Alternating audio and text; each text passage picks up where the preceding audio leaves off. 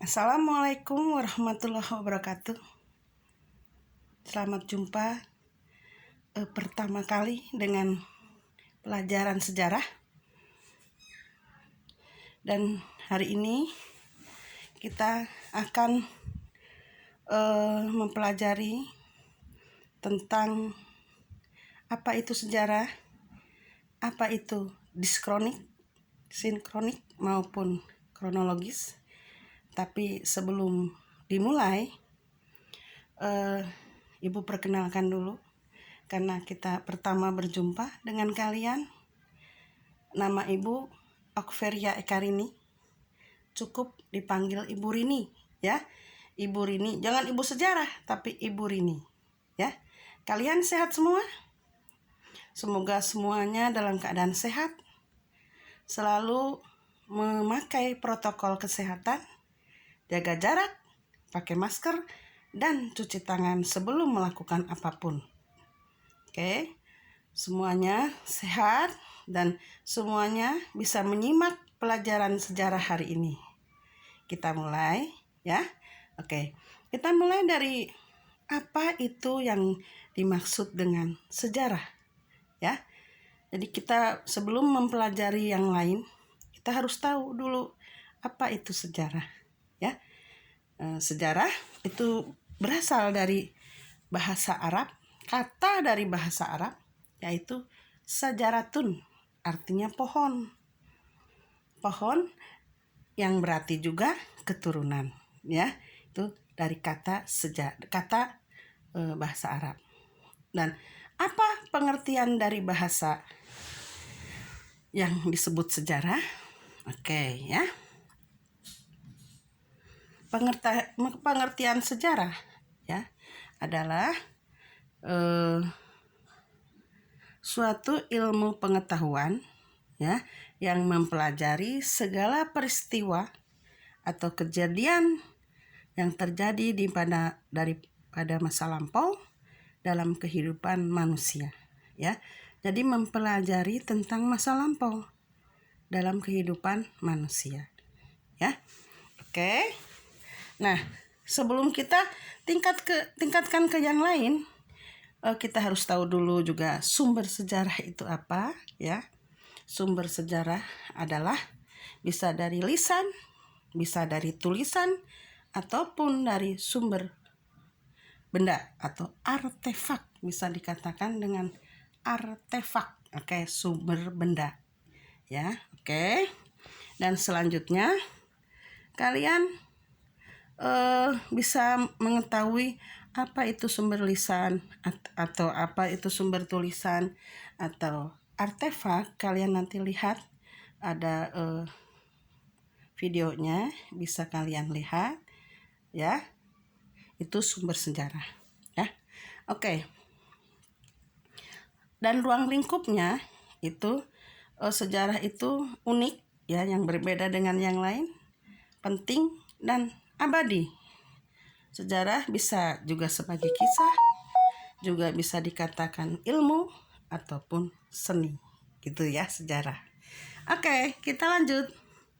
Nah, setelah kalian tahu apa itu arti sejarah, dari bahasa mana, dan juga pengertiannya dan juga sumbernya, kalian menginjak pelajaran selanjutnya tentang konsep berpikir kronologis ya, karena sejarah itu selalu berhubungan dengan kronologis, berhubungan dengan diakronis, dan berhubungan dengan sinkronik, ruang dan waktu dalam sejarah.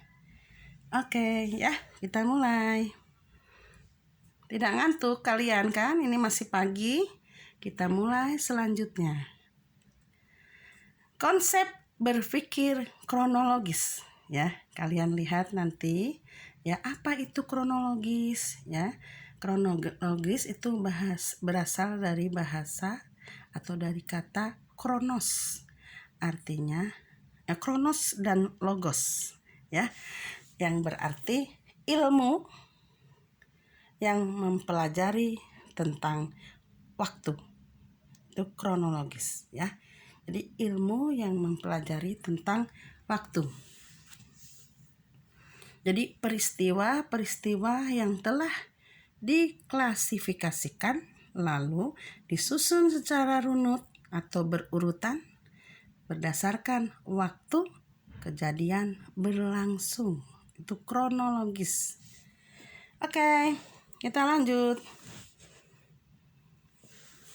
Nah, konsep berpikir diakronis itu diakronis artinya mempelajari sejarah dalam kurun waktu yang berurutan. Itu diakronis.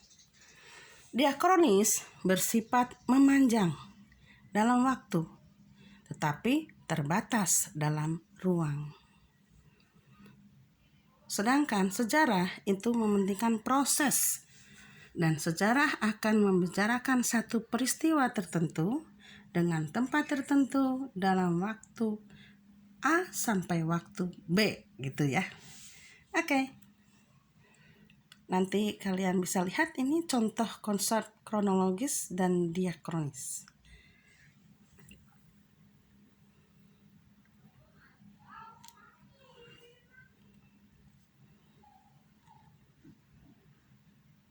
Oke.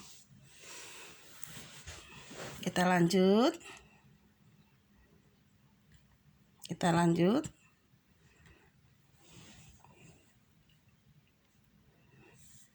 Dan apa itu sinkronis?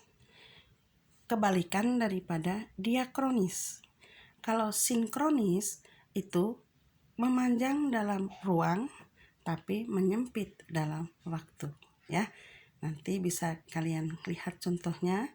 Kalau diakronis itu memanjang dalam waktu, menyempit dalam ruang. Jadi diakronis itu sama dengan waktu, sedangkan sinkronis itu berdasarkan ruang. Oke, kalau diakronis kalian lihat bisa diberi contoh. Diakronis itu misalnya 17 Agustus 1945. Itu diakronis. Kenapa? Karena menyempit dalam ruang dan melebar dalam waktu. Misalnya kalau hari lahir itu menyempit dalam waktu tapi melebar dalam ruang. Karena setiap tahun bisa diperingati. Tapi hanya tanggal ulang tahun kalian. Itu yang namanya sinkronis. Atau juga lebaran, Idul Fitri. Idul Fitri hanya ada di dalam bulan Ramadan. Tapi tiap tahun juga diperingati dan semua negara yang beragama Islam semua memperingati. Tapi kalau ulang tahun kamu, tidak semua orang memperingati. Oke, jadi ulang tahun kamu itu contoh dari diakronis. Kalau sinkronis, adzan misalnya. Adzan itu selalu waktunya terbatas, tapi ruangnya lebar atau melebar. Oke. Untuk selanjutnya kalian nanti bisa lihat ya contoh-contoh yang lain dan kamu bisa buat juga di rumah ya untuk membuat contoh-contoh yang lain ya. Oke. Untuk saat ini sekian dulu. Nanti kalian bisa melihat gambar-gambar yang Ibu tayangkan dan bisa kamu catat, kamu pelajari, dan nanti kamu bisa juga lihat tugas-tugasnya yang akan Ibu berikan ya.